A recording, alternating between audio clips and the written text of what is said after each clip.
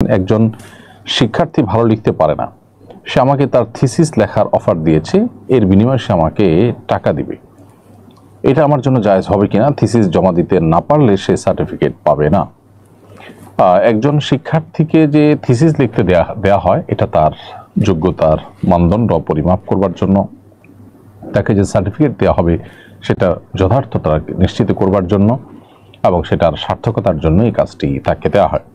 সে কাজ তিনি যদি টাকার বিনিময়ে অন্য কারোর কাছ থেকে করিয়ে নেন, তাহলে এটা সুস্পষ্ট জালিয়াতি এবং এটা প্রতারণা।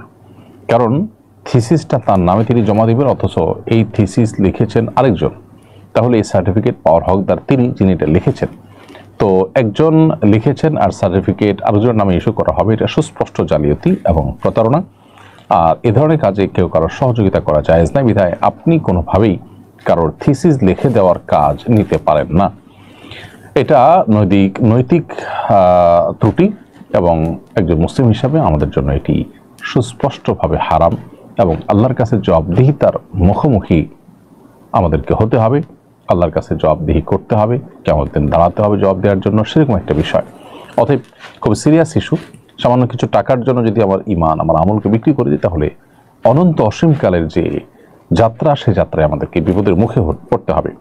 তবে হ্যাঁ, আপনি তার থিসিস লেখার জন্য প্রয়োজনীয় তথ্য উপাত্ত এগুলো সংগ্রহ করে দিলেন, তাকে গাইড করলেন, সহযোগিতা করলেন, সেটা ভিন্ন বিষয়।